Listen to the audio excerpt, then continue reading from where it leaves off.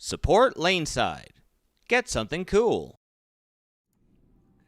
Good evening, everyone, and welcome to another episode of The Drill Room, the show for you, by you, the bowlers, where we answer your questions a little bit more intimately, cover some coaching, cover a whole bunch of fun stuff, and hopefully while we're doing it, everybody learns a little bit.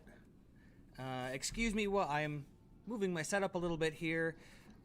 Last week, when we got together, I found myself without my coach cam, and we wanted to give some advice on doing some stuff, so we've got the full setup running this week, and boy, do we have a show this week. But before we get to that, I want to remind everyone to like, share, and subscribe all of our videos. Go over and find us on Facebook at Laneside Reviews, or go to lanesidereviews.com. That'll take you directly to our Facebook. You can also find us on Twitch, where you are right now, Twitter, TikTok, Instagram. That's the one. I'm getting old. Holy moly. We're all over the place. Just look up hashtag TEAMLSR or Laneside Reviews, and you'll be able to find us pretty easily. Oh, and don't forget Reddit. We're on Reddit as well, where you can find all of our shows put up on individual posts. So if you have a question about an individual show, you can put it on there, and we can go back and try to answer the question as best as we can. So I said we've got a lot to talk about this week. Boy, oh boy. As the opening Chiron says... Oh, before we get started, I'm the Bearded Beast, Rob Johnson. And thank you for joining us here on the Drill Room. We're going to cover a lot of stuff. As the Chiron in the opening said, USBC under siege. Boy, oh boy, what started out as... well, just checking a couple of balls at the Masters has now gone into multi-million-dollar companies taking out videos showing the ineffectiveness of the governing body to actually be able to do their job. We'll get to that one. We also have Jason Belmonte, the man who blew the whistle on this, and by blowing the whistle I mean he posted on Facebook asking if anyone thought it was weird. We've got his fine and probably subsequent fine we're going to talk about. We've got Mike J. Lanesides. We haven't seen him on the PBA cast, the TV show, as much as we used to, but boy, he's come roaring back into the news with a hilarious Twitter/Facebook post that just shows really what's going on with the USBC right now, which is absolutely craziness.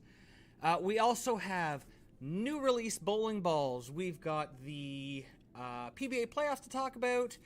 We've got some balls in the drill room.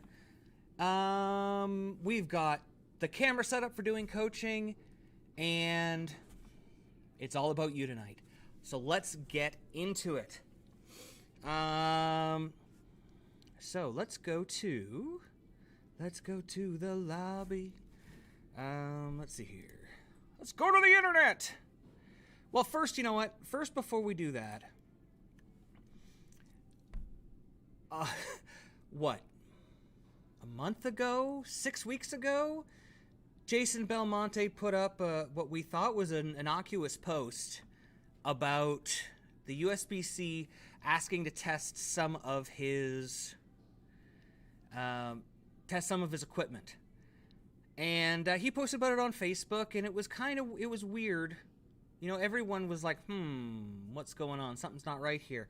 And eventually it led to the announcement of 6 Storm bowling balls being, well, effectively banned during the Masters, banned from Open championships, banned from the PWBA Tour, out of nowhere. No data shared to us, nothing.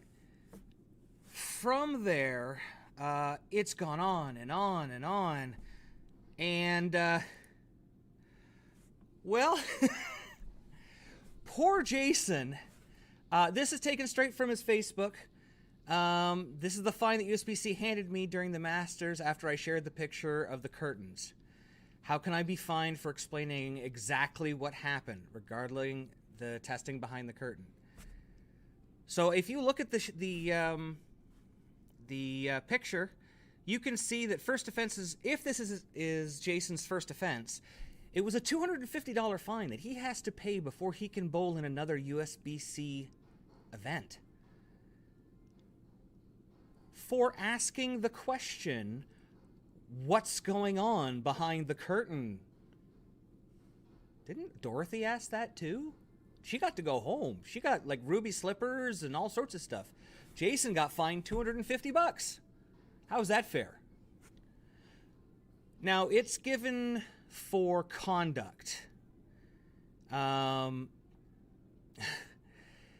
the conduct, the code of conduct is interesting. It basically says if you say anything about us and we think it's detrimental to our image, we'll basically just fine you. You have to pay us before you can bowl again. Which, you know what, if it was defamatory, like, hey, the USBC, those guys are a bunch of fatheads and they all smell bad, 100% fine them. Fine. That's really objective. It would be silly. And, that would be something that would be defamatory. The guys from USBC are not humans. They're all robots in disguise. Things that just aren't true.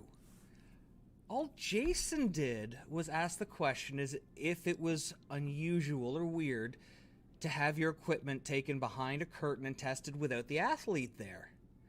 Which 100% it was. Very weird.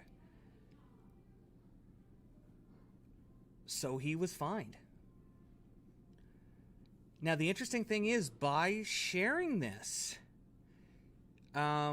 he may in fact have put himself in line, because you're actually not supposed to share when you've been fined and what you've been fined for. He could actually be fined for conduct again just for sharing this. So it was, not that Jason doesn't have money, but this is something that works against him. You do enough things, USBC could say, you know what, you can't compete in our Masters events anymore. You can't compete in our whatever. So it's actually pretty brave of him to continue talking about the fines and the things that are going on here. I feel so bad for him. Like, the poor guy literally didn't do anything. Oh, what the? Oh my God! I think a surfboard just dropped into my cup. That was cool. I really feel bad for the guy, because literally all he did was say, hey, is this weird? Ooh, wrong way. My green screen got pulled. A little behind the curtain there, guys. Literally. What's Nybrock 420? Finally got Twitch to work for me, but I'm bowling at the moment. Catch up on YouTube. Thanks at least for coming on. I appreciate it. Don't worry, Scoops. We'll talk about the polish thing in a second, because that's a whole other thing going on. Hello, Mobile. Hello, Vincent. Thank you for joining me tonight. Sorry I missed Friday. To be honest with you, I completely gapped out, and I didn't... Vincent tried to message me to find out what was going on, and I didn't get it. I'd actually gone to see a movie, and my apologies for that. That was my fault. My bad. So yeah, Jason Belmonte. Oh. It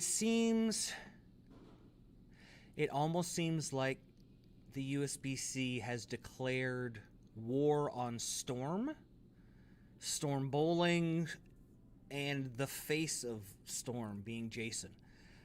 Like, this seems... it seems personal now. Like, it really does.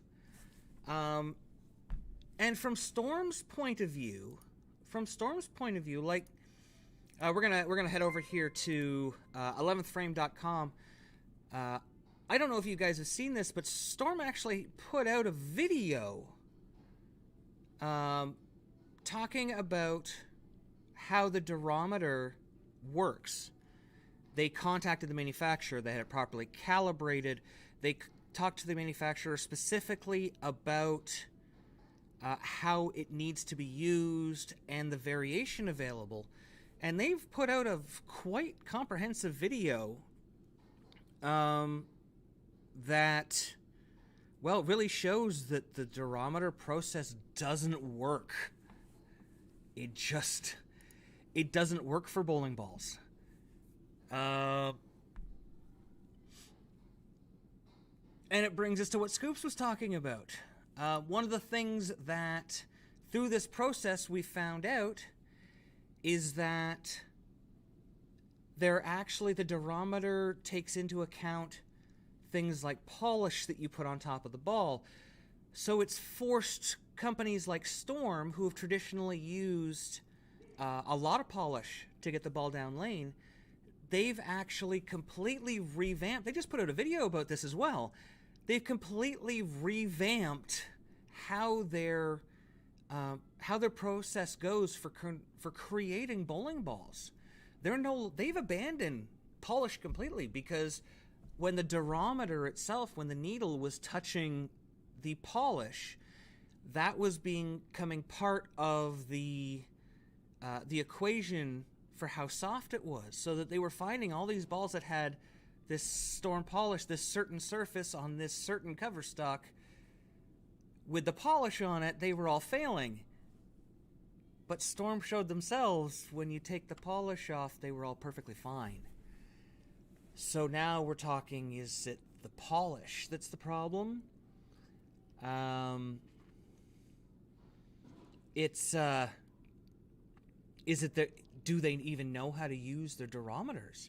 I mean, Storm has put the challenge out there that the durometer itself is not a good way to find out how hard a ball is. There's too much variation to make it scientifically allowable, to make it accurate. And yet, USBC has really, really pushed them to the point where, I mean, that if you see the 4K Fast video that came out, I think it's 2 or 3 days ago, on things that used to use polish, the 1500, they called it the 1500 polish surface, is now going to be the 4000 fast polish, because they're not going to use any polish anymore. They're just going to use pads, similar to what Mo has been saying for years. How, just use pads. So it's going to be very interesting, because does this mean that the USBC is going to start investigating polishes and compounds? Are they going to start disqualifying stuff for the surface preparation? I mean, we saw that back in the years of the bleeders, the acetone buckets, all that kind of good stuff. And how can they accurately measure it? If the durometer doesn't work, what do we have to accurately measure the hardness of these bowling balls? So the USBC's kind of opened up a can of worms here. And I'd like to thank Sean Rash for getting the ball rolling again on the hammer, getting them to test everything again, and getting the ball rolling in this whole mess. So, way to go, pal. That's just my personal opinion. That doesn't reflect anybody else, but it does seem to be how it happened. Mobile, hey. RH Garza, hey. Awesome. Glad everyone's having some. Oh, there's another surfer in my cup. That's amazing. I'm glad that so many people are on. Glad to see you guys are talking in the chat. So keeping with poor Jason Belmonte here,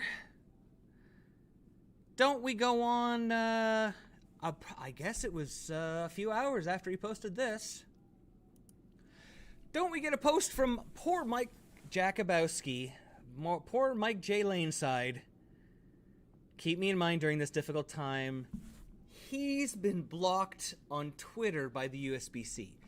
A man who is literally a bowling journalist who has been on television calling events such as USBC events is blocked from Twitter for asking questions. That does seem to be what is going on now, that it's bad to ask questions. It's not allowed. You question the almighty CAHD or CAHD, you get blocked, you get fined, you get in trouble. Honestly, it's a little flabbergasting. Do you see why I think it's coming off a little personal? Like, this is really weird. And it's going to develop more. We're seeing more videos being put out. Ron Hicklin, Creating the Difference, had put out a video about the Shore D Durometers before. He has tons and tons and tons of experience with them. I highly recommend you go check out the video that he did on the Durometers, because, I mean, he even reached out, just like Storm did, and found out how to properly calibrate them, what you need for it, and the little block to calibrate these things is like $2,500. Okay? These things don't like to be moved. They don't like heat changes. They don't like temperature changes. They don't like elevation changes. They're just not good. But it seems like everybody is angry with the USBC. I'd love to hear your guys' thoughts on this. I'd love to hear what you fans out there think. Whether you're here on Twitch or you can put it in the comments if you're watching the replay on YouTube. I would love to know what you think about what the USBC is doing here. Is it time for a change at the top? Is it a time for a change in the rules? We saw just last week, we talked about Brian Voss wanting to change the rules of how bowling works, restricting equipment. One of the things I didn't talk about, because I didn't, it took a little time to percolate in my brains here. If you were to, and this is sad, a little bit sad. If you were to restrict the equipment specifications, that would basically put all of the bowling ball companies out of business, because you'd only need one company. Who funds the tour? Who funds kids' events, the youth coming up? Who funds all these special events? It's the ball companies. It's how they get their name out there and it's one of the ways they get their name out there, to remind you when you got to buy a ball to go and see them. You get rid of the ball companies, where does bowling go?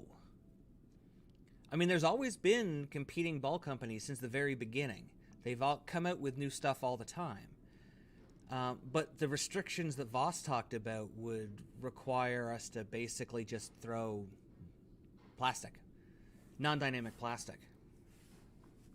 Mobile Edge. I'm not liking what I'm seeing thus far with USBC. Something's going to have to change, in my opinion. Well, interestingly enough, we are just around the corner from Bowl Expo. It's in like 5 weeks, I think it is. And that's when a lot of executive votes and USBC votes go on, so maybe we'll see some changes.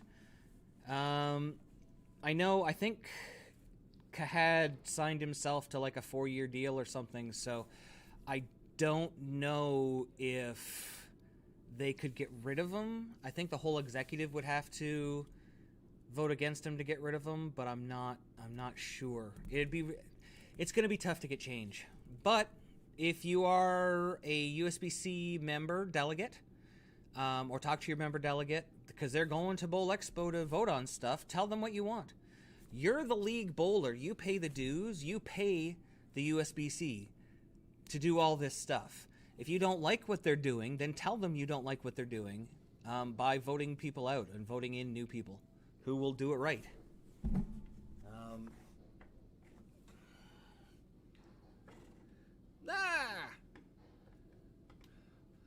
Damn you!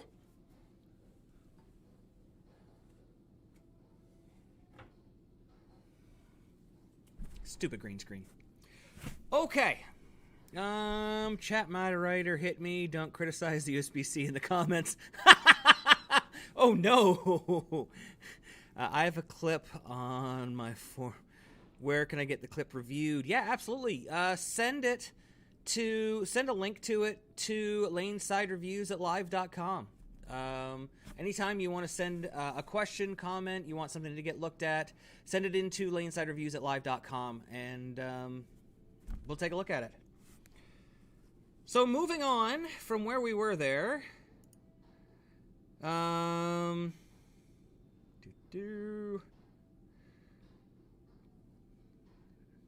yes. Let's get rid of that. Get rid of that. We've got... Let's see if I can do this. We need a theme song for this. It's Pro Shop Horror Stories. Pro Shop Horror Stories.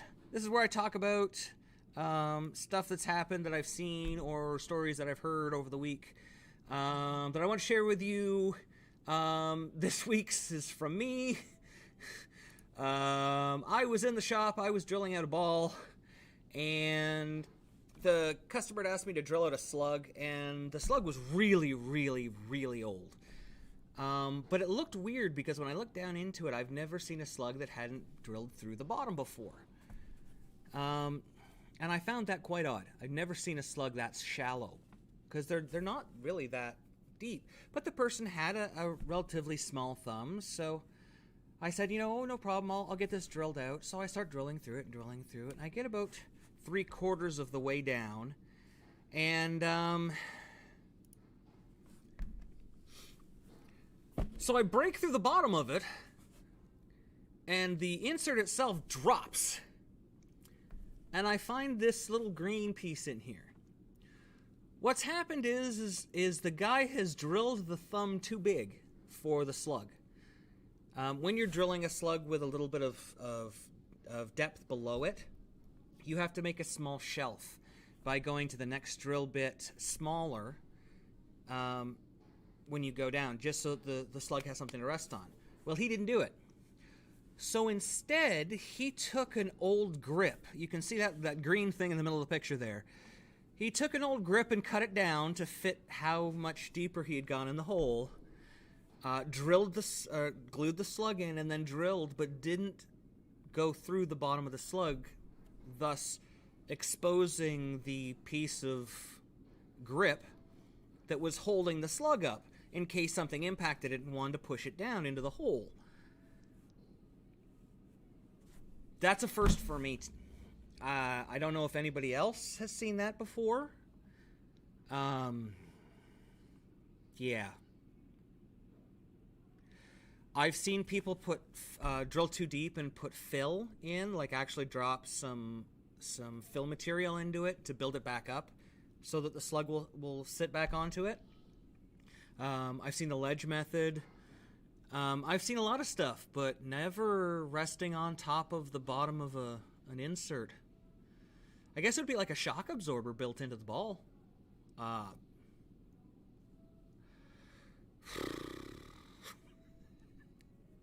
Moving on! Moving on! Back to the internet we go.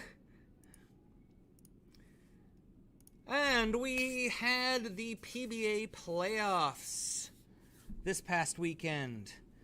And we're through. I feel bad. These players have played so hard. And to watch them get knocked off, you can see the emotion, how much these guys want the PBA playoff.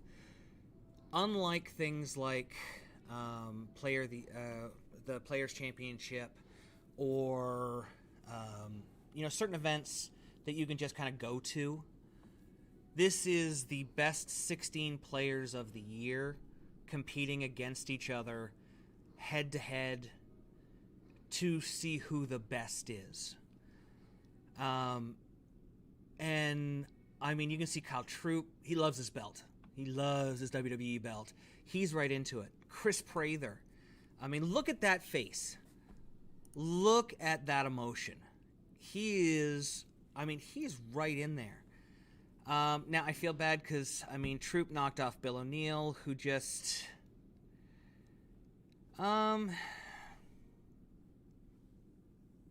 Troop run him over. Like 278, 236 isn't a bad game. 236 isn't a bad game. Bill didn't bowl bad. Troop just missed once. And then 205, 202, that was tough. That was really tough. And then same thing with Prather Barrett. Look at those scores. 279 to 248. Guy misses once. A lot of people will never shoot 279. I know that sounds weird. Because you go on Facebook and you look at everybody fig jamming, which is like, hey, look at me, I'm the best. It's F, I'm good. So fig jam. They just ask me. That's the other part. But you see everybody talking about, I shot 279, I shot 279. A lot of bowlers, I think the last time the USBC put out a thing, it was something like 60 or 70% of bowlers are under 180. So 279 is almost unfathomable. We saw 278, 279, and a 278. So 2 guys in 4 games. In 3 of the 4 games, they missed once. Wow. That's some good bowling. You feel bad for Dom Barrett. You average 256. You expect you're going to move on. Not when the guy averages 278.5. You feel bad for him. But that's the game of bowling. You feel bad as much as you hope it never happens to you. This week coming up, we got the Candyman, Sean Maldonado. We've got AJ. We've got Jesper, the Iceman cometh. And we've got TJ Tommy Jones. I wrote down some predictions, and I just want to see how I did here. Let's see how poorly I did on handicapping for bowling. Who did I pick?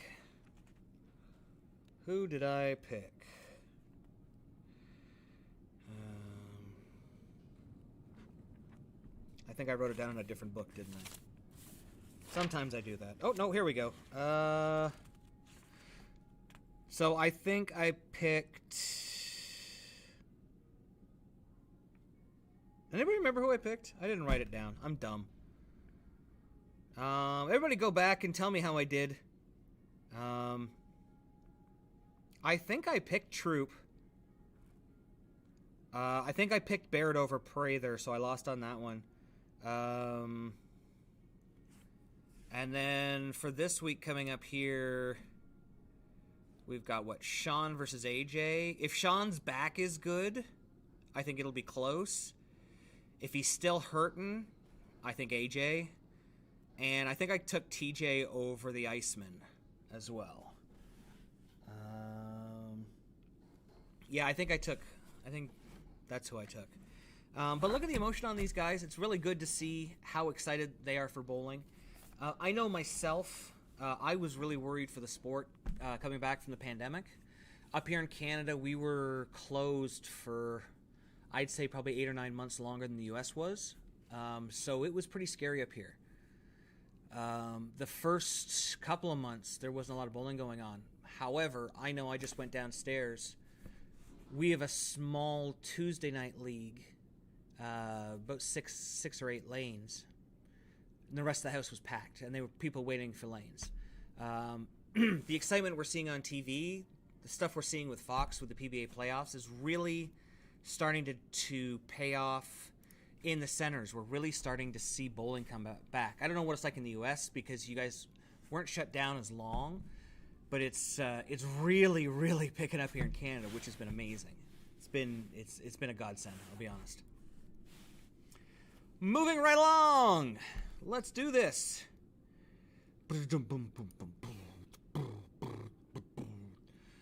New releases. You know what? I need theme songs. If I am a musical person, but I am not good. I need like little theme songs for new releases and for Pro Shop Horror Stories. Because I don't know. I just think it'd be cool. Anyway, today we got 2 new releases dropped on us. Really out of nowhere. Honestly, they were announced on the USBC page. I think the page went up at about 9 or 10 a.m. Eastern Standard Time, and we had the information on them right away. Just boom, they were on top of it. So the first one we got is the Power Torq Pearl. So this is the same core we saw in the Power Torq. We're just seeing a Pearl version of the cover stock. ERT Pearl. I think this is going to be good. I'm not sure where this is going to fit in. Probably because it's 2489. It's kind of in that ball up zone for me as a symmetric. So maybe our rev dominant players might use this as a ball up. I could see drilling the fingers deeper in this one to raise the RG. And using this as a late hook ball, taking it up to like 4,000. Because it's only 1,500, 500,000, 1,500 plus compound. No polish. And we're going to talk about that important thing in just a second here. You can see the numbers are exactly the same. I think it looks kind of cool. The purling on it, if this is the way the purling comes out, it's kind of look like an ocean planet. Just blue and clouds and stuff. It's going to look pretty sick. Of course, it's going to have the 2-year warranty in it. You can see it's got dynamic core in it. Woo! So it's going to hit a little bit harder. It's going to last a little bit longer. 500,000, 1,500 plus compound. We've definitely seen balls moving away from polish. Interesting. Now, I really like the Power Torq Solid. I threw it a lot on house shots during the summer. It was something I can kind of get left with. It was a nice big sweeping hooking motion, as opposed to like the knockout black blue that came out that was a little cleaner, a little bit more snappy down lane, even for a solid. I guess it's because the Power Torq doesn't have any those gold sparkles in it. Next up, we've got the Sneak Attack, and this one literally snuck up on us. So this is replacing the Rack Attack / Counter Attack line. It is a hybrid, not a Pearl. Very important. It's a hybrid, and no dynamic core. Phil, they had a quick conference call today. Phil said specifically they won't be putting any dynamic core in their kind of entry moderate price line, and that's what this is. Just because it's in that doesn't mean it doesn't have a lot of performance. This is the Sneak Attack symmetrical core, so it's a kind of new version of what we saw out of the counterattacks. No, it's not flat on one side. It just kind of looks like that for the Shadow Way. It is a true symmetric. 254036. If we go back over to our Arsenal chart here, 254036. That fits really nicely in that burn category. 0.01 RG, I'm not going to lose sleep over. And 0.01 differential, I'm not going to lose any sleep over. When that ball comes in, it's going to be drilled. We're going to use our burn layouts on it, so we can get a look at it. But interestingly, 500, 1,000, 2,000 Crown Factory polish. Phil said something very interesting. He said that this is the last of the balls with polish on the market. Everybody's moving away from polish. They are moving to surface changes, skip sanding, higher grip pads, things of that nature. So this is, I mean, we just saw the Scheme come out with a little bit of polish on it, and now we've got the Sneak Attack. And if you go back and look at videos that Mo put out, he hated polish. He was surface first, because polish, he considered that polish could be spotty. It didn't cover the ball completely, or you'd get a little bit more in one spot or the other, or it would wear more in one spot or the other, and it could create a more over-under reaction faster than surface. But Storm used it really successfully for years. So it's interesting. It's different. I too prefer surface to polish. However, I do have a polished ball in my bag. My burn ball will always have polish on it because I want to make sure that it gets down lane. Sometimes I'll use one with a slip agent in it that actually reduces hook. But this also uses the micro textured hybrid MTH. It's the meth cover stock, meth 1. Whoops. MTH1. They'll definitely call it the micro textured hybrid. It's definitely not the meth cover stock. I think it looks nice. It is a black pearl with green lettering. I can hardly wait to get this. Like I said, it's going into my bag for burn. If I go to the pro event, there's a PBA regional in Buffalo in about 3 weeks. If I go to that, I will definitely have this ball in my bag, because it's on a 40-foot Don Johnson, so it's basically a glorified house shot, so I know I'm going to need it. So those are the two new releases that were announced today. Now we are getting into Bowl Expo season, so I think we're going to start to see some of the other new releases announced. Storm is a little different than the other companies, though, because a lot of their pros get the new balls 4 to 6 months in advance of their release dates.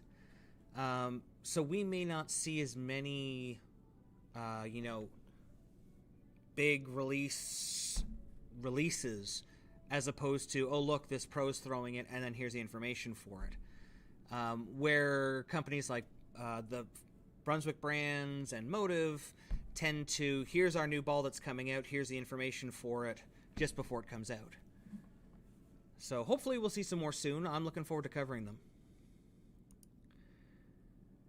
Now, let's see here. Into the chat. My local bowling alley actually went up for sale, so it may be interesting future. Oh, I'm sorry to hear that. Twice I tried to buy a bowling center, and I couldn't. They wouldn't sell to me, so I always wanted my own bowling center. I really hope somebody buys it and keeps your bowling going. Prefer surface to polish, 5000D, absolutely. When it comes to surface, other than my burn ball, I use my CTD pads, my True Cuts. They have everything literally from 120 grit all the way up to 5,000. They've got everything. What do you need anything in between?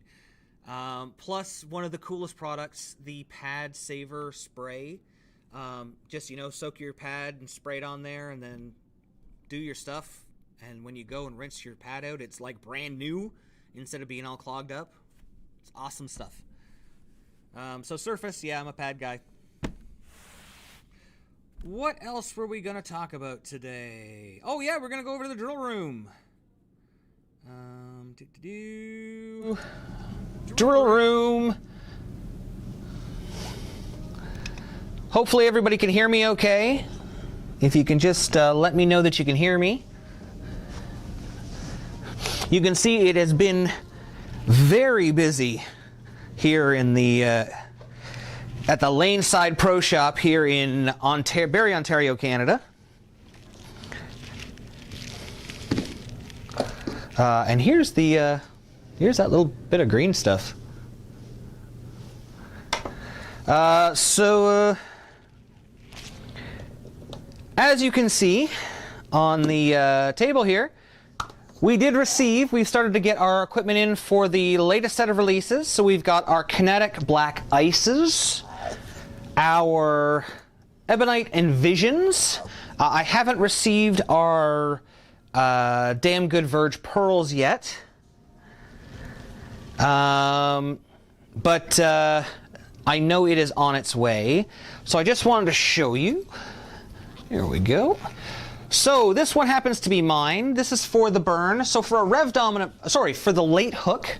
So for a rev dominant player, if you go to our chart, you'll see that I've drilled this 40 by 4.5 by 40, and I'm going to be taking the surface up to 4,000 once it goes into my bag. Just giving it a second there so you can see it.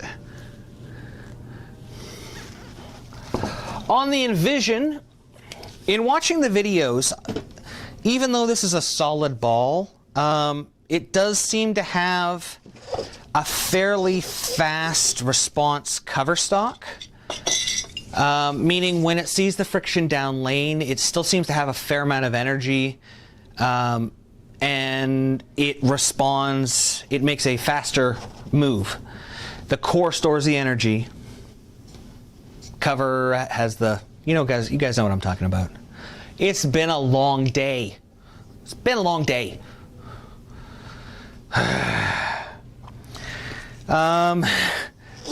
So the cover stock is pretty fast response. The core, because it's higher RG, stores its energy just a little bit longer. It seems to make it have just a little bit more pop down lane. Having said that, I think people think that this is a heavy oil ball. This actually isn't as strong as the Polaris from Ebonite. This is actually supposed to be more, a little stronger than benchmark, but not quite ball up. So what I did is I went with our late hook layout. This one here happens to be Nick's. So for him, this is 55 by 5.5 by 40. So you can see, I don't know if you can see it there.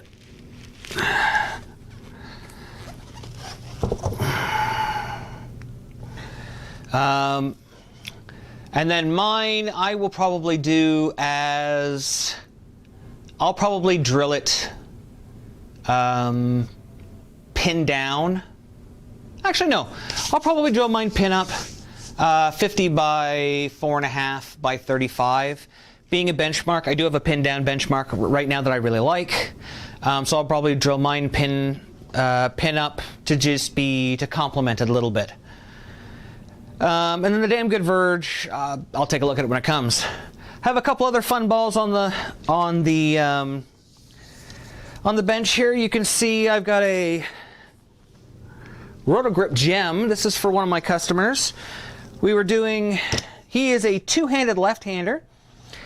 So we drilled this one 4 3/4 by 3.5 by 3.5 2LS. I had it converted from VLS and then drilled the 2LS version of it. So you can see the pins right here. This is a center bridge. His mass bias is down here. So ends up with about 1 3/4 ounces of thumb weight in the ball. It's going to be nice and smooth, very controllable. And then, of course, he got himself a Zen. He told me that he was told that the Zen is like the ball for two-handers. You see a lot of them throwing it, and since they can't throw the Trend 2, that would make sense. This one is 5 by 4 by 3.5, so we went with a benchmark layout on it. Just a little bit stronger. Is that a Monster Energy logo on the red ball? Where on No red ball. Oh, no. That's that is a Motive Primal Rage that I'm filling for somebody. I just did a full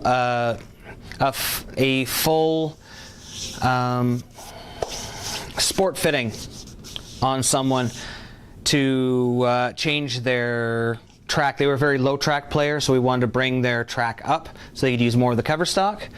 And we want to try to increase the rev rate a little bit. So now that we've done those changes in another ball, and they were good, we have to fix their equipment. And then I've got another one here. We've got a Legion. Guess I should put it in front of the camera rather than off screen, right? And this is for Jordan, another two-hander. He is a very unusual two-hander. I don't think I've ever seen a two-hander with as much forward roll as he does.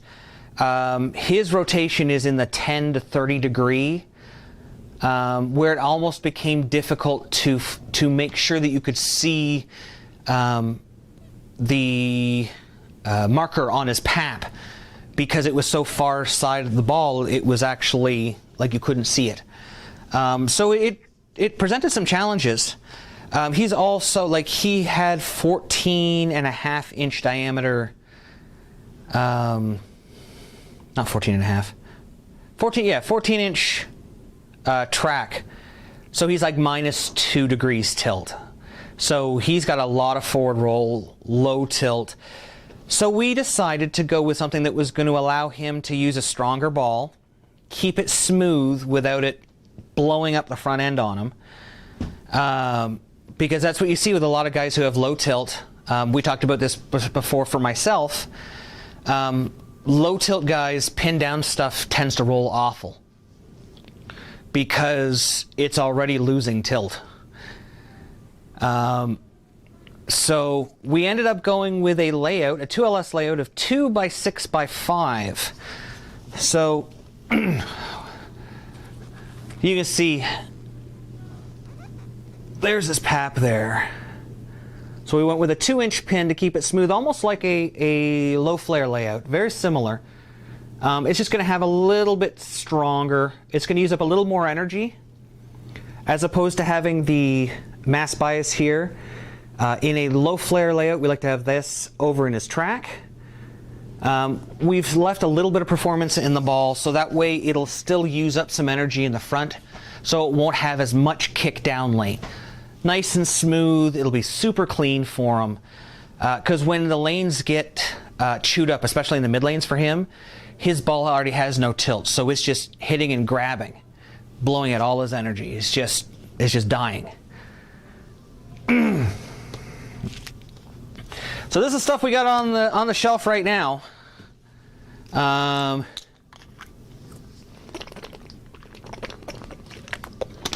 However, this weekend I bought a lot of equipment, like not a lot, but a lot of equipment. And inside it came with a undrilled blue angle, which is pretty amazing.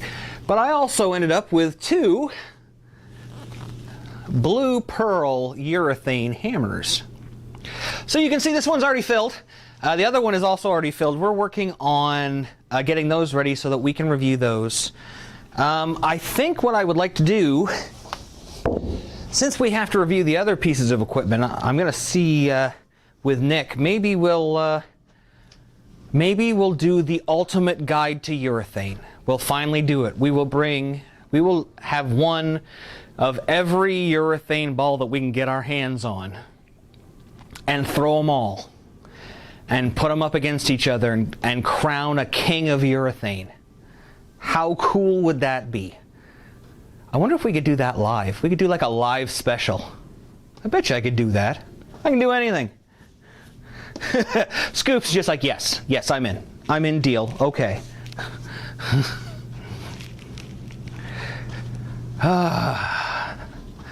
Alright, so I'm coming back around here to the computer. Boom, here I am again. Had to turn the microphone back on. Yes. I did see the new Revolt LE from Motive. I haven't been able to get the information on it yet. I know that was such a huge ball for Motive guys when the company first came out. So it'll be pretty cool to see that. All the hammers. We might actually have all the hammers. No, because we don't have a burgundy one. I think that's what we're missing. Because we've got the black, the red pearl, the blue pearl, the purple, the Black Widow. What are we missing? We don't have a Black Widow. So if any of you fans out there want to participate in the Ultimate Urethane Showdown, if you have a urethane ball that you don't want, just send it to us, and we'll give it to Nick. We'll drill it up for Nick, and we'll do the Ultimate Showdown. Yes, we have the Pink Widow as well. I know we have a Stingray, a Columbia 300 Stingray C here, which is a urethane ball with a ceramic nugget in it. We also have a wine rhino, a blue rhino, a black rhino, a gray rhino. We have all the BTUs. This could be fun. This could be a lot of fun. It also could take a long time.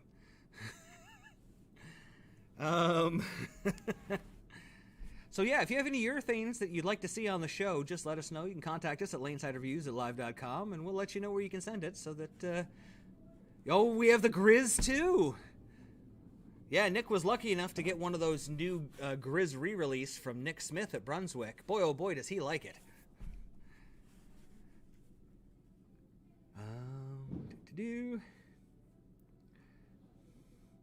Okay. Now comes my favorite part of the show. And that is when we answer your questions. We go to the internet, we check out what's going on, and I answer your questions. Let's go to the studio. Open up that. I'm going to open up some Reddit. And so let's see here.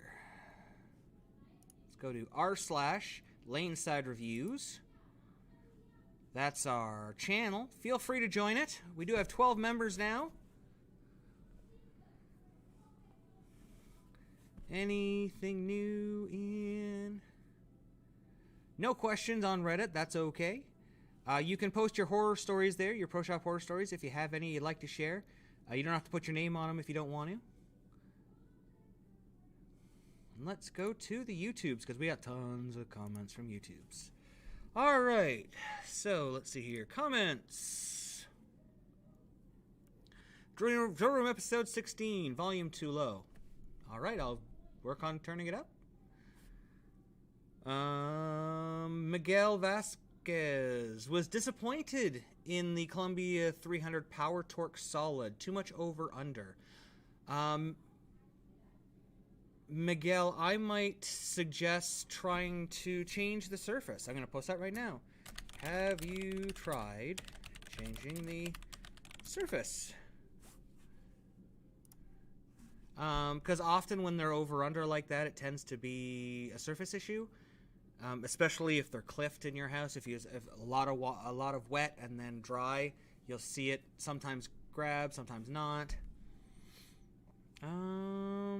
Episode 18, JC. Well, that wasn't a biased opinion at all. You should just call your show The Brunswick Room. It's always got to be somebody who complains, right? Always got to be somebody. Yeah, I'm a Brunswick staffer. And I think you can go back through the last 18 episodes and see that I've talked about Storm stuff. I've defended their stuff. Jason Belmonte happens to be a friend of mine. He's a very nice guy. Like, I got news for you guys. Yes, some of us are staffers for other companies. Some people for Brunswick, some people for Storm, what have you. We're all friends. You know, everybody gets very tribal about their equipment, and that's great. But in the end, when you go on tour, you'll find that most of us, like I'm on tour, most of the people who are on tour are quite friendly with each other. Ball brands, I mean, people switch ball brands. Not that I'm saying, whatever. You guys know what I mean. You can say I'm biased all you want. I show off everything. I call it as I see it. I don't think at any point I have been biased towards any one company on the drill room here. I've even recommended equipment that is not Brunswick because that's what people need. That's what people have asked for. Sorry, I'm distracted here. I'm trying to find something. I don't know if I've ever showed off this picture. Me and Jace hanging out at Bowl Expo. Man, that's like I think I only had like a goatee. Like not even bearded. Wow, that's weird, right? I think I got another one of Jace and I. Yeah, there's another one of Jace and I from another one on here. Whatever.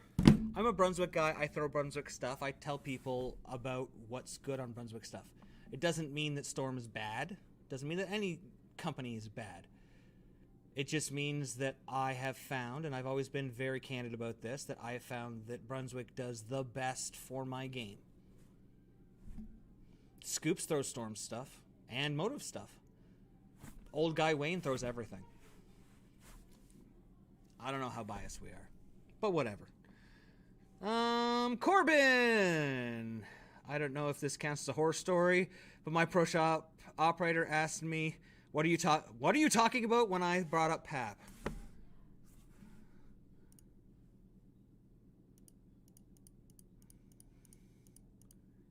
Yikes. If your pro shop operator doesn't know what you're talking about when you bring up PAP, you might want to go to a new pro shop operator. Just saying. Just saying. That definitely counts as a horror story. No matter how you throw it, it's about repeating shots, Corbin says. And when you get into more challenging patterns, you have to be accurate. Stop crying and play better. 100%. Doesn't matter how good the equipment is. No bowling ball ever won a tournament without somebody throwing it. And no tournament was ever won by... No pro tournament was ever won by somebody who won because they threw a ball. It's because they threw the ball the best that week. Stop crying, put a helmet on. I don't know. Joshua, since Brunswick took over EBI, are they having anything done Brunswick... What? Everything done Brunswick way, or are they letting them make balls with the unique characteristics? That's actually a great question, Joshua. One of the cool things about the EBI takeover of Brunswick is when they realized that they had a very specific process for creating urethane and for creating multi-density cores, they bought it. They bought the machines that do the urethane so they could be dedicated to only doing urethane, continue doing urethane. They bought the stuff so that they could continue to make the balls in the same way that they did. That's why we still see a marked difference reaction in the hammer line as opposed to anything else in any other line. That's why Radical is very different than anything else. They've tried to keep them separated. And I think that's why we've seen less releases in the past year. You think we used to see 20 to 24 releases a year from each brand, and now we're seeing 3 to 5 per brand per year put together. They're letting them make the best ball and putting it out there and letting each brand have its own unique characteristics and stand on them. Brunswick is still very smooth, very early rolling. hammer still has that very hammer roll, that very hammer hit. That's why they kept the CFI carbon-infused material, because it has a very distinct way of reacting. Excuse me for a second. Don't you hate when your throat gets dry and you gotta like make weird noises, but you don't want to do it on the thing? Sean Beck, bowling started with, I believe, a wooden ball and no holes, then one, then up to three, then one-handed, no thumb, yep, rubber to polyester to urethane. In other words, the game has evolved year after year. Yes, 100%. I will heart that, yes. This guy gets it. Right here is the goods. Posted from Twitch. Boop. Yeah, so I'm totally commenting real time on these, by the way. Voss is one of those guys that people really need to stop putting a mic in front of. Yes. He goes from oil pattern changes during play creates inequities during competition to effectively damaging league bowler pay. Wow, yeah. I'm just going to put a heart on that one. He's got it too. Yes, people just need to stop putting a microphone in front of them. It's old man yells at the moon. Not that, and I don't want to be deprecating towards Voss in the way to put down his accomplishments or his ability, but you have to evolve. Coaches evolve, players evolve, the game evolves.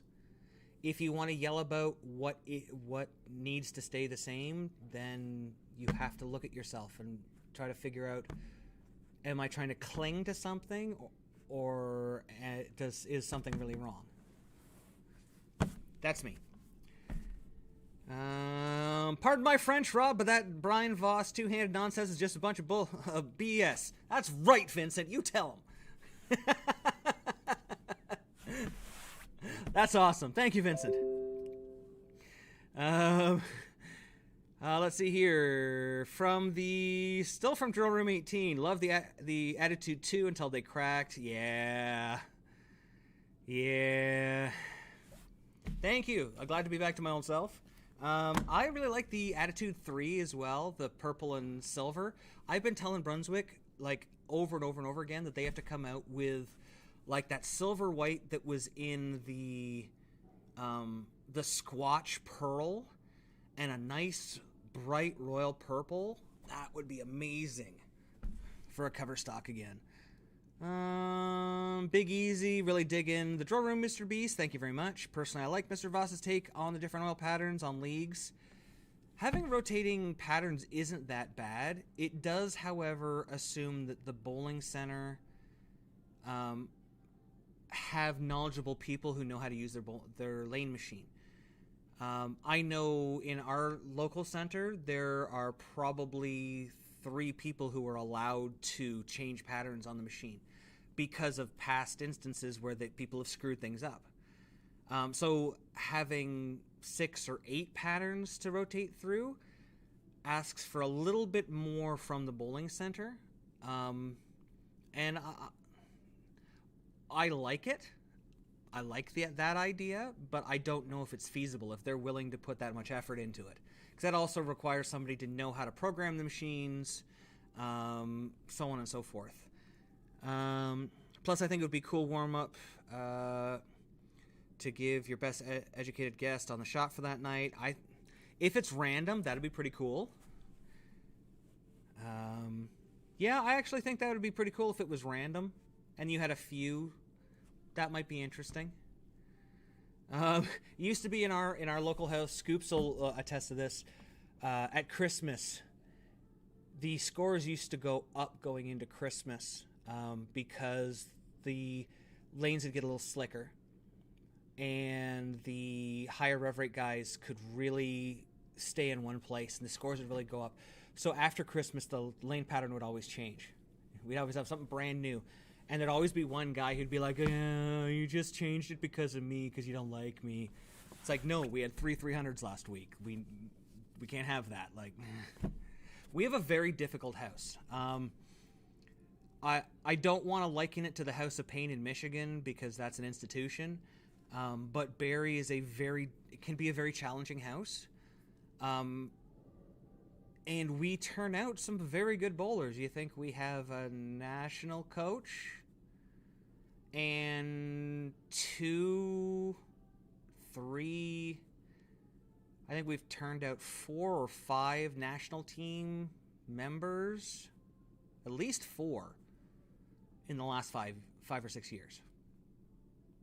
We're a good house. Like, we have some great coaching. There's a program locally that I do not endorse and I do not talk about. However, they do have a coach, John Fallis, who is a great guy. Very knowledgeable guy. He helped out a lot of people there. I've been able to coach a lot of people. We have some excellent local coaching in Barrie. So we've turned out a lot of good players. We've also been blessed with some incredibly talented players. Zach Wilkins wasn't coached here, but he grew up, lived here. This is where he cut his teeth. Probably top 5 Canadian bowlers right now, maybe higher. Joshua Batista went to Qatar and competed for the World Championships just a few months ago. Like, we got some really good bowlers here in Barrie. Really good bowlers. Is the website just your Facebook page? Yes. It's the easiest way for people to contact us. I throw what works. A sneak attack has an earlier core and hooks more compared to the counterattack. It is going to be stronger than the counterattack, yes. It has a lower RG, so it should be, in theory, about 2 to 3 feet earlier. They did change the surface, though. They took the surface up and put the polish on it to get it very close to the counterattack numbers, but they're taking advantage of that MTH1 cover stock to smooth it out. So it really does sit between the solid and the pearl. It's just a touch stronger. I think Phil said like 1 or 1.5 boards. That's our house every week. Yeah. You want to come bowl for money in a challenging house? Come bowl against some of the best bowlers in Canada on a challenging lane condition here in Barrie. I also don't consider myself one of the best bowlers in Canada. I'm just here. Just for the record. I catch a lot of flack sometimes.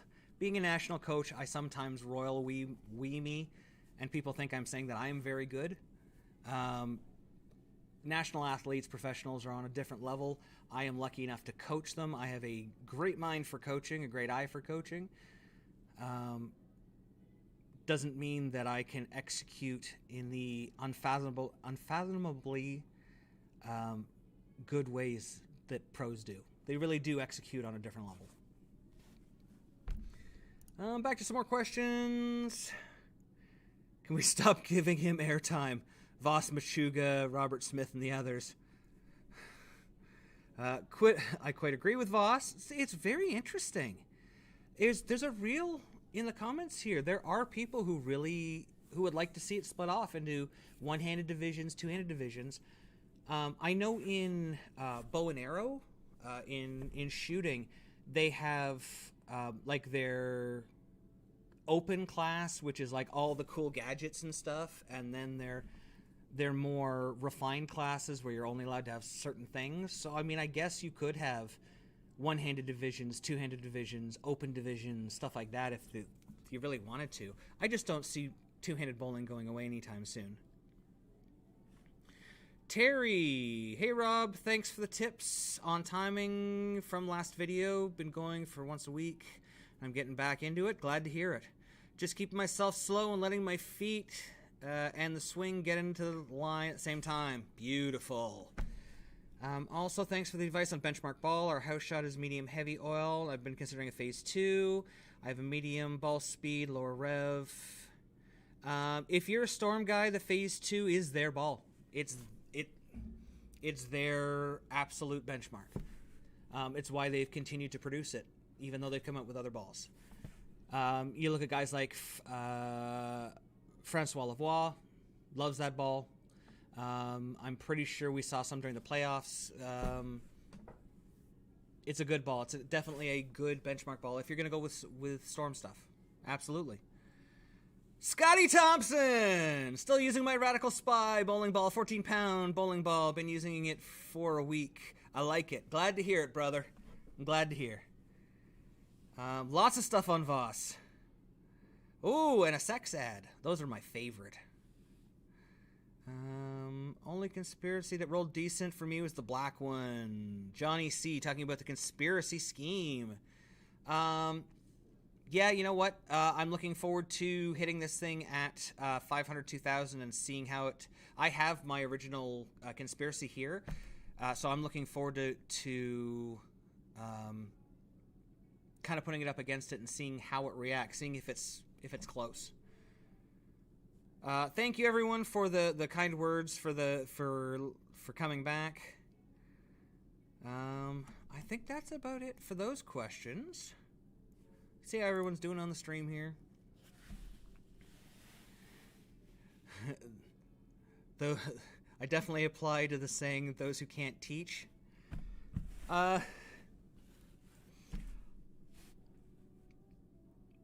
What's his name? Schlemm.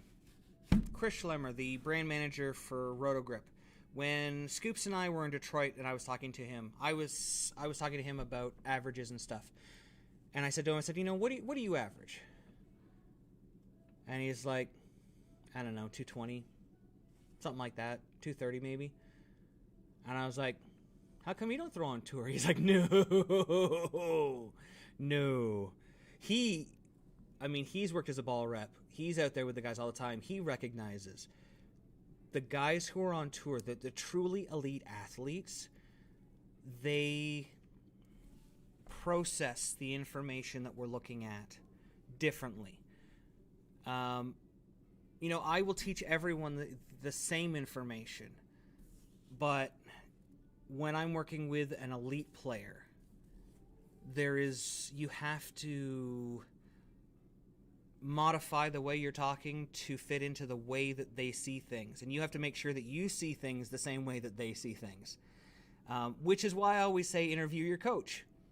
Make sure that they have a specialty and they talk a specialty that you want to take advantage of or to learn, and they talk the same language as you. They talk in a way that you can understand.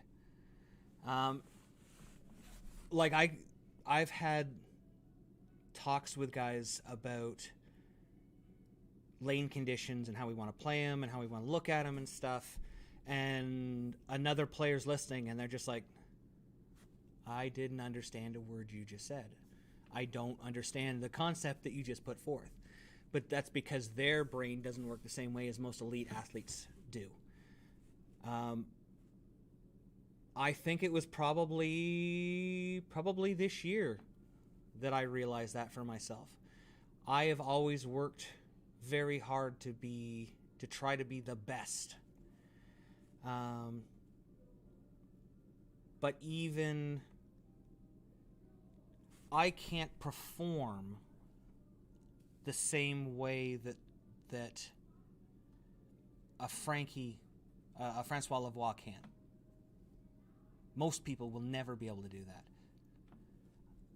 The repetition, the way that he is able to do things, most people will never execute on that level. That's just taking the mental piece out of it. We can get pretty close, though. I can teach somebody every trick. I can teach somebody everything so they can understand it and they can go out and compete. But if you want to be the best in the world, if you want to be Jason Belmonte, there's only one of those. You know, there's only one Francois Lavoie. I keep going back to him. There's only one Zach Wilkins. There's only one Norm Duke.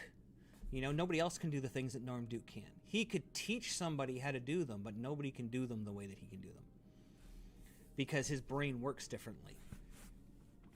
But look at the effect that he had on Kyle and Brad. He roomed with them, and you know those conversations. Look at the outcome afterwards, how those guys bowled. Some guys can do it. I wish I could. I wish I was as good as those guys. But that's why I'm a coach. I have a uniquely tuned eye for ball motion and stuff that I can see that kind of stuff.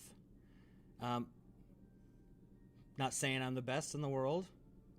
That's arrogant. Anyone who says that they are the best and only in the world is trying to sell you swamplands. Because we can all learn more. There's merit in some of what Voss said, just not the total package. I agree, Dead Polymers. Some stuff could be adapted. To make it much more appealing. I just think the whole package on its own is just... It's spiteful. Brooke, hey Brooke! Is the IQ'd Emerald a good substitute for the Spectre? I wanted the Spectre, but found out it was banned. I don't like the Emerald Spectre in that spot, or the Emerald IQ in that spot. Let me go to the... I'm trying to think here. Spectre's a 254050. Well, they banned the Wolverine. That would have been my next choice. High Road is going to be a little bit weaker, but definitely a good choice. The Storm High Road. Not the Pearl, but the regular High Road. You could go to the Pearl as well. That'll make it a little more angular. I'm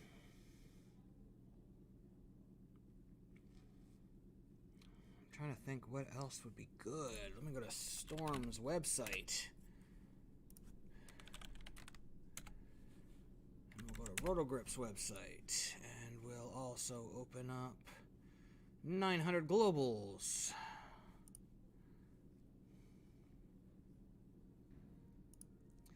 What did they suggest for the Spectre? I thought they had put out something for it.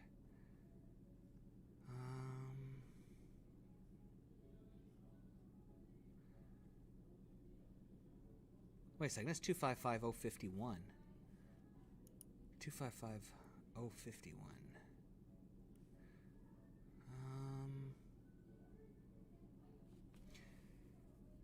255051. That's a really good question, by the way.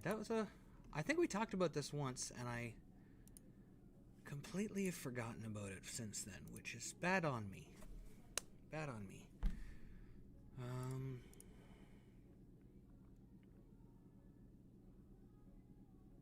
I'm thinking maybe as...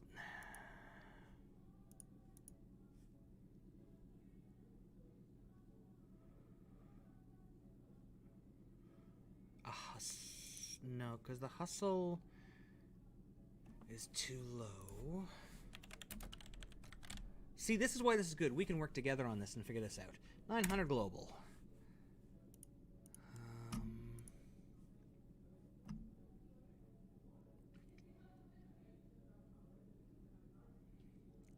Yeah, I feel like the high road is still probably the best answer. We look at 900 global.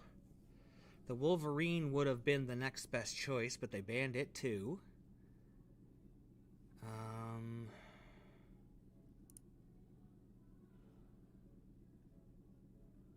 In theory,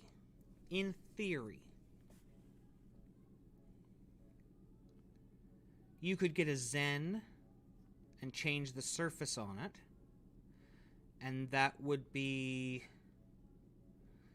You could take the surface up on it to get the length back, and that would be very similar. So I would look at a Zen. If you're going with the Storm stuff, probably the Zen is going to be your best choice, or the High Road Solid. That was a tricky one. I like it. Was the Spectre banned outright? No, it was banned completely. It's gone. it had a 98.6% fail rate, and they agreed with it. They understood something went wrong with it.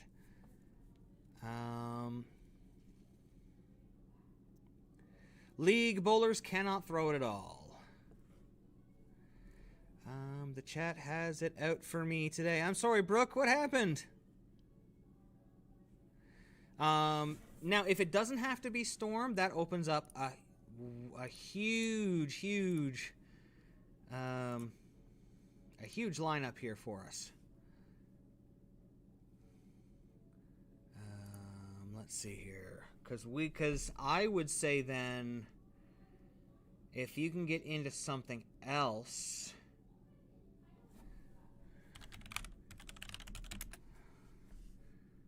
Ah, poop.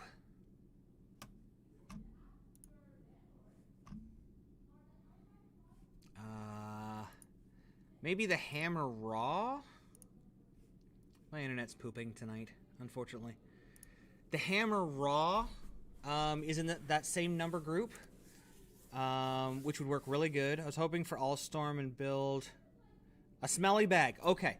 If you're looking for a smelly bag, then definitely either the High Road. The High Road will be the closest to it. You'll have to change the surface a little bit, but that's not a big deal. But that would be the Storm replacement. The 900 Global, which is still a Storm Company ball, would be the Zen with a little bit of a surface change. So either one of those you'll be good with. Does anybody have any other questions going on? I'm really enjoying this. This is great.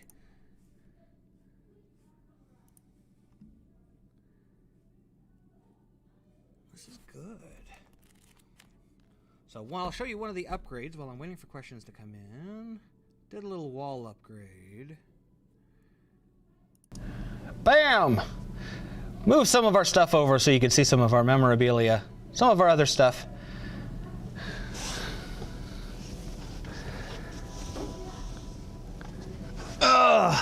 I thought it might be nicer than that cold white wall that we had.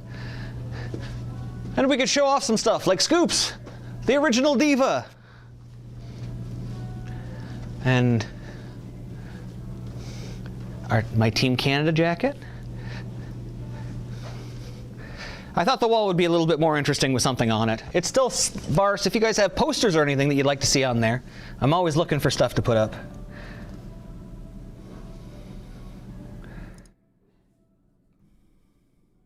All right.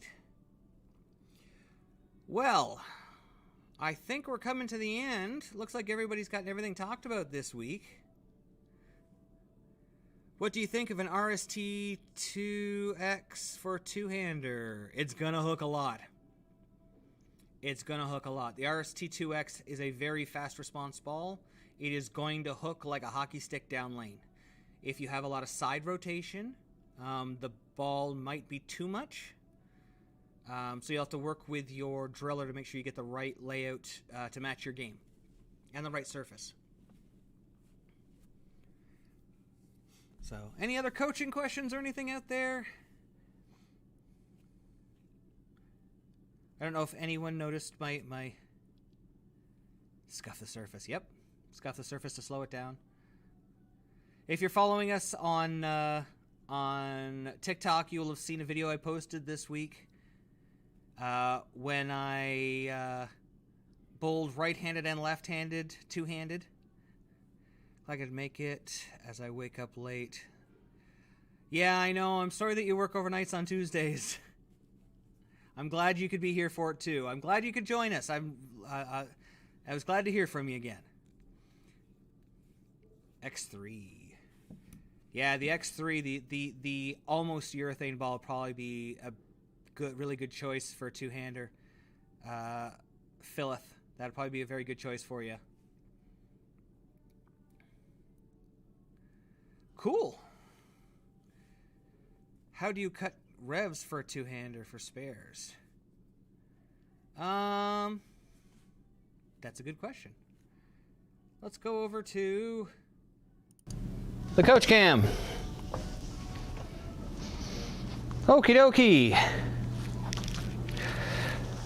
So one thing we get a lot with two-handers when I'm working with them is they are creating revs through trying to create revs, trying to pull their hand out of it as hard as they can. Generally what that does is that causes you to turn your shoulder and you end up releasing the ball like this. So it'll be sideways coming off your hand. When that ball hits, it's going to hook a lot. It's going to move laterally quite quickly. Two-handers actually have it easier, I think, in my opinion. I'm sorry for slapping that. In my opinion, I think they have it easier for cutting. You don't have to cut revs, you have to cut rotation. Instead of trying to throw the ball, roll it forward. What you're trying to do is keep your forearm, this piece here, your forearm, you're trying to keep it up and let it just swing underneath. When you turn your arm, you're going to create that rotation. If you just let that ball come out underneath, you can flat roll it quite easily. If you look at the really good one-handed bowlers, Parker can do this, even Brad Angelo can do this. He can shoot a 10-pin revving the ball on a lane with no oil. Parker can shoot a 7-pin on a lane with no oil, revving it up. It's all about directionality. We talk about this a lot. Where your ball is in your swing. For one-handers, if you're coming off the side of it, if you're doing this, that's causing rotation, side rotation. Two-handers. This is a really common finishing position I see a lot for two-handers. Okay, see how my arm's out away from my body? This is where it should be. The more you can get it under you, the more you can flat roll it. You can get any single pin, including 10-pin. You don't have to cut your rev rate at all. Same thing with a one-hander. Forearm underneath. Let the ball drop in. Look how it magically just stays in a straight line. And my hand doesn't turn.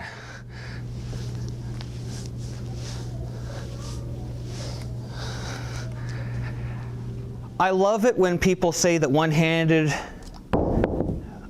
principles and two-handed principles don't go together. They don't work. Because it's a bunch of poop. It's a bunch of hooey. One-handed and two-handed principles are exactly the same. It's just the method. There are slight variations on how you do it. Spare it with a lot of shine. Yes, you also use a plastic ball. Do you have any videos on YouTube about creating surface? Absolutely. If you go to Laneside Reviews, you go to our summer school ones. Let's see if I can find it here. Give me a second. Laneside. YouTube. Duh.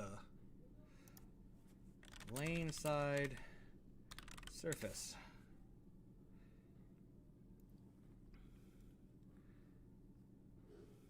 Do that purple stuff. That purple stuff. Too many things on. Oop. Let's come over here.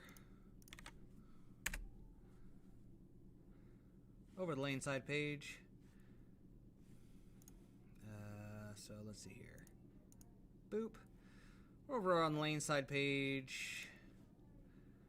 And let's see here. Summer school. There's 2 videos on tape. One on accessory bags. This is all our summer school special. Some training tools. Surface special. Right here. So, summer of 2018, Surface Special, Summer School. If you go to the Laneside page. Hey everybody, and welcome to another edition of Laneside Review. Wow. Wow, look at that guy. In the old shop. In the old studio. Wow. That's a blast from the past. Yes, there's definitely some stuff there. If you look in our summer school special, we have a lot of videos for that kind of stuff. What else do we have in the summer school videos? We got one on pants, on my loudmouth golf pants. Love those pants. If they can keep John Daly from splitting his butt open on the golf course, they're good enough for me for bowling. 100%. For those of you who've asked, we have a great video on kinesiology tape on which ones are the best. It was good enough to make one of the manufacturers angry at us and they don't talk to us anymore. Oh well, because we said that they were the best. Oop. Oh, hey! All sorts of good stuff. All right. Anyway, I'm babbling on here. I'm just babbling on. What else do we got? I do use a plastic, but when it gets dry, I have a hard time hitting the 10-pin. Yep, what you have to do is you have to cut down your rotation, not your rev rate. You have to make the ball roll forward rather than sideways. And that's something that you can do. It's something that you can do outside. If you get an old ball that you want to practice with, you can go in your backyard or a park and just practice rolling the ball and trying to get it to roll end over end and developing that skill. Because that's one trust me, you'll use a lot. You'll definitely use it a lot. Thanks, I do appreciate it. Hey, no problem, Brooke. Glad to help. Glad to help. Good luck with your high road. Let us know how it works for you. But that brings us to 9:30, which is about an hour and a half of streaming here. So I'm going to cut it for tonight. Once again, I want to thank everyone for joining us. I want to thank Turbo for giving us stuff for our shows, CTD for doing all of our Surface stuff. I want to thank you, the viewer, for joining us here. One of the things that we are going to be making a change over the summer is we're going to be going down to one show a week. But we're going to figure out a day for it that works best for you guys. So if you want to comment on the YouTube what the best day of the week for our live stream is, that would be pretty cool. And then we're going to try to keep this going through the summer, and then once we get through that, we'll light it up with all the good stuff. We're going to have some interesting shows coming up. In June, I am headed to the Kegel Training Center in Florida, so maybe we'll have a special guest. Definitely be from a special location. In July, I'll be in Birmingham, Alabama at the World Championships. Who knows? I might even be at Bowl Expo. We don't know. A lot of stuff going on, so it's going to be a lot of fun. Thanks, Vincent. Much appreciated. Got to get the bills paid and the rest of your bag built. Yeah, I hear you. Okay, so everyone, don't forget to check this show out on Tuesday for the replay on YouTube. Remember that you can put all your comments on there. As you saw, we went back and we went through the comments from the last week. Remember to find us on Reddit to put up any questions specific to episodes that you want to, or if you want to share one of your horror stories from the Pro Shop. Don't forget to find us at lanesidereviews.com. That'll take you to our Facebook. Find us on Reddit, Twitter, Twitch, TikTok, Bumble, Plenty of Fish. I don't know. We're all over the place on social media. Just look up Laneside Reviews or hashtag TEAMLSR. And you can email us at lanesidereviews@live.com with any video you want us to take a look at, any questions, anything like that. But that's it. So don't forget to keep your ball on the lanes, knock down pins, have yourself a good time. Don't forget, it's Tuesday. You know what that means. I don't. I hope you do. All right. Until next time, guys. We'll see you laneside. Thanks for watching. Don't forget to like and subscribe and turn on notifications so you never miss a show. So until next time, guys, we'll see you laneside.